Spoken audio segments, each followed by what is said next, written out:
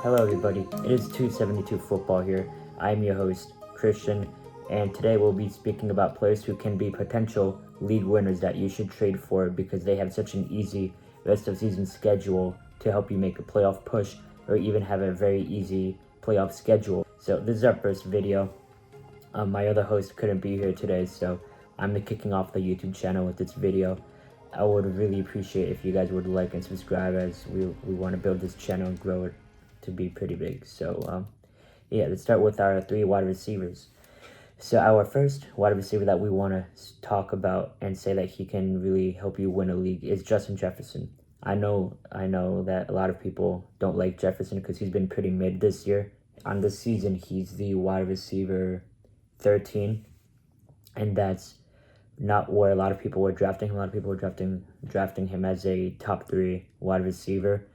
So a lot of people are disappointed with him, and especially with JJ McCarthy playing, they have not been connecting really well, especially since nine didn't really play too well against Baltimore this past week, and Jefferson really did not do well this week. It was Jalen Nailor who, out of everybody, decided to go off and have a bunch of points and do really well. But in Justin Jefferson's last 2 games with JJ McCarthy, he's had 10 catches for 84 yards on 21 targets.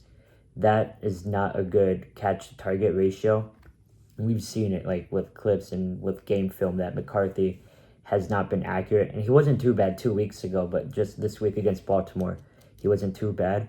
But the Justin Jefferson's rest of season schedule is Chicago, who's given up the 5th most points to wide receivers in the league. Green Bay, who's given up the 18th most points to wide receivers. Seattle's given up 24th most. That's like the worst team that's on here that he'll probably have a tough week with. But then after that, it's Washington, who give up the 3rd most points in the league to wide receivers. Dallas, who give up the 2nd most points to wide receivers in the league. The Giants, who give up the 7th most points to the league. And the Detroit, who give up 12th most points in the league. So that's a very good schedule right there for Justin Jefferson. And Kevin O'Connell, I trust Kevin O'Connell as a head coach to talk with JJ McCarthy and to help JJ McCarthy and Justin Jefferson get the ball, because Kevin O'Connell is a smart enough coach to get your best receiver on the team the ball and help you win games. And Kevin O'Connell is known to help quarterbacks perform well after performing pretty bad. We saw it with Kirk Cousins. Kirk Cousins, I'm not saying was a bad quarterback, but he was pretty average or above average in Washington. But then he came to Minnesota and he started playing great. Then Sam Darnold came. Not a lot of people were expecting anything from him. He ended up going crazy last year. Now he's cooking in Seattle. Daniel Jones, he didn't really play in Minnesota, but he was still in the system for a little bit. And now he's doing amazing in Indy. And now Carson Wentz, he did pretty decent in his couple of starts. And then JJ McCarthy was pretty good in the second half against Chicago in week 1. And then now he's been pretty mid against Baltimore. And he was pretty good 2 weeks ago, but other than that, he hasn't been too great. So Justin Jefferson should pick it up because I trust the coaching, and I still believe Justin Jefferson is the best receiver in the league, even though, a lot of people may think it's JSN or Jamar Chase or Puka, but I still think Justin Jefferson is the best receiver in the league. So now on to our next receiver. It's T. Higgins. A lot of people were expecting a lot from him this year after finishing as a top, I believe, 15 wide receiver last year. Actually, let me check that just because I don't want to say anything false. So last year, T. Higgins finished as a top 17 wide receiver after missing a bunch of weeks due to injury. And he was the wide receiver 2 in points per game last year. And he helped win a lot of people championships, including me. So a lot of people were really hoping that he could do what he did last year this season. But with the injury to Joe Burrow, he slowed down a couple of weeks. But ever since Cincinnati acquired Joe Flacco, they've been performing really well. Offensively, not defensively. The defense, horrible. The defense has been atrocious. I feel bad for Bengals fans. But yeah, T. Higgins hasn't been doing too bad the past couple of games, but this past game, he just had 7 catches, 121 receiving yards, and 2 touchdowns, which is really good. And his remaining schedule is Pittsburgh, who give up the first most points in the league to wide receivers, New England, who gives up the 14th most, Baltimore, who give up the 4th most, Buffalo, who give up the 19th most, and then Baltimore again, who give up the 4th most. So that's a very encouraging schedule, especially with a team that has a horrible defense and it's going to be forced to play offense a lot. And even with Joe Flacco, he's been performing pretty well, like he did with Cleveland a couple of years ago when he won Comeback Player of the Year. So I still believe in Flacco and T. Higgins. And even though Jamar Chase is the wide receiver 1 in Cincy, and he's going to be getting like 20 targets a game, it seems like, T. Higgins will still prosper with this amazing schedule and the bad defense. I mean, there's even rumors that Joe Burrow is going to return. I don't know when they said. It's probably out there, but I just haven't seen it yet. But I know that they said that Joe Burrow has a chance to return. But I don't think Cincinnati would want to do that because they just won't want to have the risk of injuring Joe Burrow again. But if they do, then T. Higgins just skyrockets like crazy. And even if they don't, Joe Flacco is still an amazing quarterback to help get T. Higgins the ball. T. Higgins is a great wide receiver to go and try and trade for. And our third and last wide receiver that we want to trade for is DeVonta Smith. This Philly offense looked horrible on Monday against the Packers. It was a snooze fest. Like, it was putting me to sleep. It was just a very bad offensively played game. If you love defense, then you love this game, but offensively it was not good. So DeVonta Smith, he's been the wide receiver 1 on this team, it seems like. Like, besides A.J. Brown having a couple of monstrous weeks, it's been all DeVonta Smith. And even A.J. Brown this morning said on a Twitch stream saying that if you have him on your fantasy team, just to trade him. So I think you should listen to him and trade him. I mean, it could just be like a decoy, and like now he's just going to start going off like crazy, but who knows? But since week 3, DeVonta Smith has been averaging 17.4 points per game since week 3, sorry.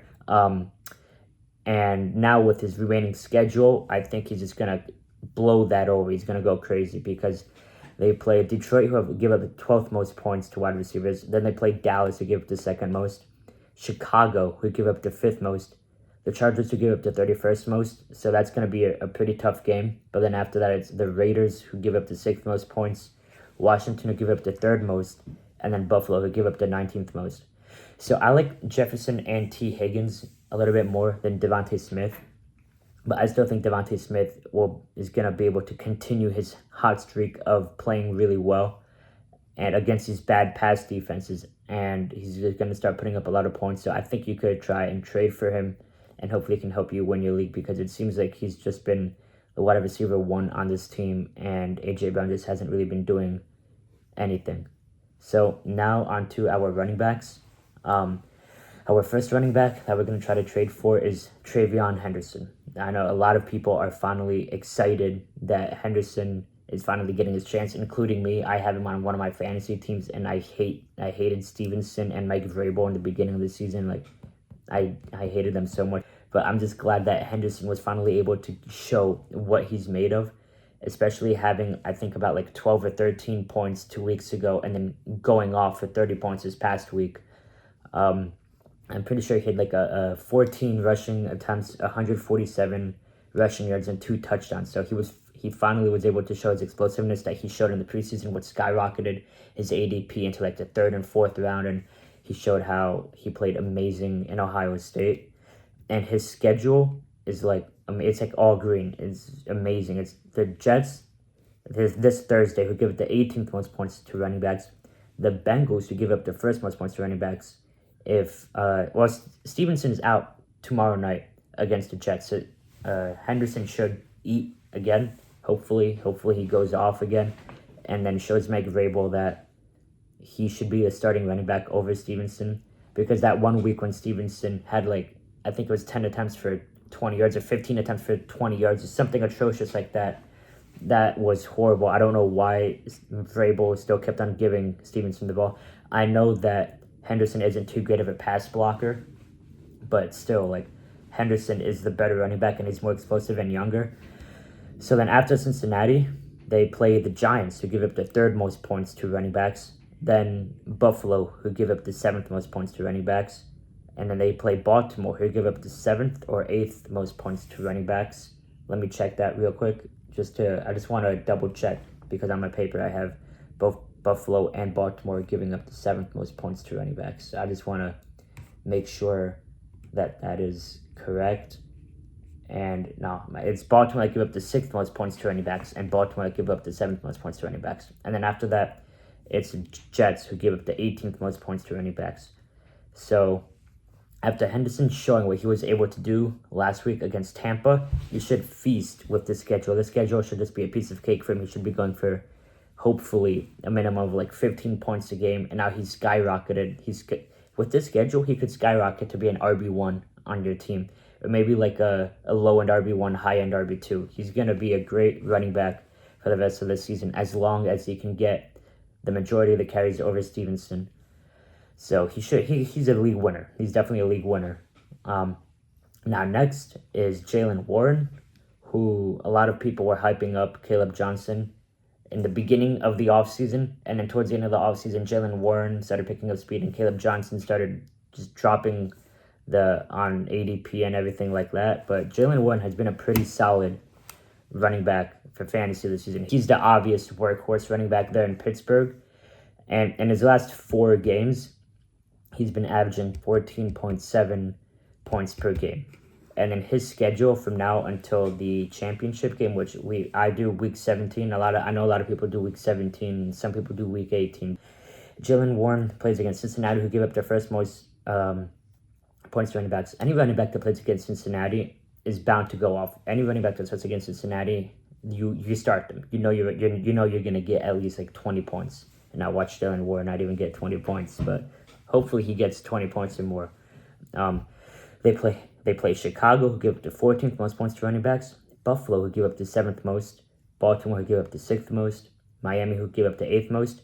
And then the semifinal and the championship game are not good. He goes against Detroit, who give up the 31st most, and Cleveland, who give up the 30th. So those matchups aren't too great. But if you want a push into the playoffs, if you're like a mid-table team and you want to push into the playoffs, I would definitely try to trade for Jaylen Warren because he could definitely help you get into the playoffs. And if not win you the championship, but he'll definitely help you get there so that way you have a chance to win it.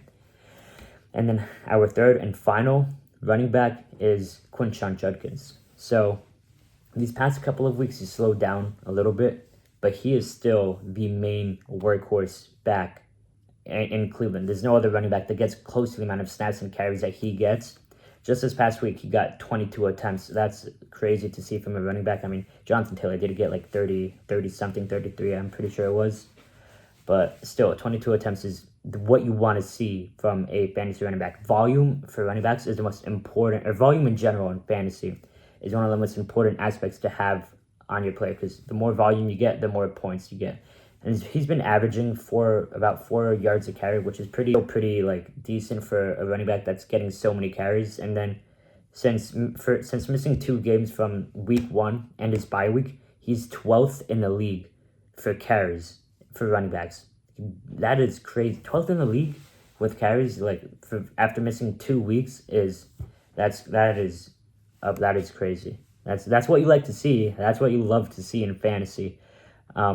So Judkins this week, now going on to his schedule, he plays against Baltimore, who give up the 6th most points, the Raiders, who give up the 15th most, the 49ers, who give up the 12th most, the Titans, who give up the 4th most, Chicago, who give up the 14th most, and Buffalo, who give up the 7th most. So that's a pretty nice looking schedule right there. Not as good as Henderson or Jaylen Warren, but for the type of running back that Judkins is, the workhorse and the skill that he has, and this schedule, he's gonna eat with this schedule. And in one of my leagues, I just traded away Cortland Sutton for Judkins straight up because this person I was trading with needed wide receivers. His wide receiver 2 was DK and Calvin Ridley and De'Ami Brown. Like he needed a wide receiver 2, and his running backs were crazy. It was JT, Bijan, Brees Hall, Judkins, and somebody else I forget. But his running backs were crazy. My wide receivers are pretty good, and my running back 2 was James Conner, but he got injured, and then I had David Montgomery, and my running back 2 was pretty trash. So I needed a running back. So I traded Sutton for Judkins because I saw his schedule and I was like, that looks pretty good. And I needed to make a playoff push because right now I'm mid-table. So I need to make a push for the playoffs. So yeah, that's it for the running backs. But an honorable mention for a wide receiver who has a pretty good schedule. I know a lot of you are not happy with this player, but it's Ricky Pearsall. Ricky Pearsall had a great first 4 games, where I know in 2 games he didn't do too great, but in 2 games he had about like 20 points, so that's pretty good. But his playoff schedule, weeks 15 through 17, is against Tennessee, Indianapolis, and Chicago, who give up the 9th most points, 8th most points, and the 5th most points. That's a great looking playoff schedule right there. So if you have a winning record and you just have a good overall team and you know you'll probably make the playoffs, then I would try to buy Ricky Pearsall because he just practiced today. Thank God he practiced it after like almost more than a month of not practicing. He finally practiced today, so he should be on the field this Sunday. But if you can get him for dirt poor. You can get him for like dirt cheap, especially if the person who has him has like a losing record or something. They want somebody who can play, and they're probably mad that he hasn't been playing. So if you can trade for him, he will most likely go off in the fantasy championship and just the playoffs in general. So yeah, that's it for the video today, guys. Thank you for watching our first ever 272 football video. I really appreciate you guys joining in and watching. And like I said before, please like and subscribe, and let's just help the channel grow. And I hope that these trades, if you guys do make them, or if you guys already do have them on your team, really help you get to the playoffs and help you win a championship. Thank you, guys.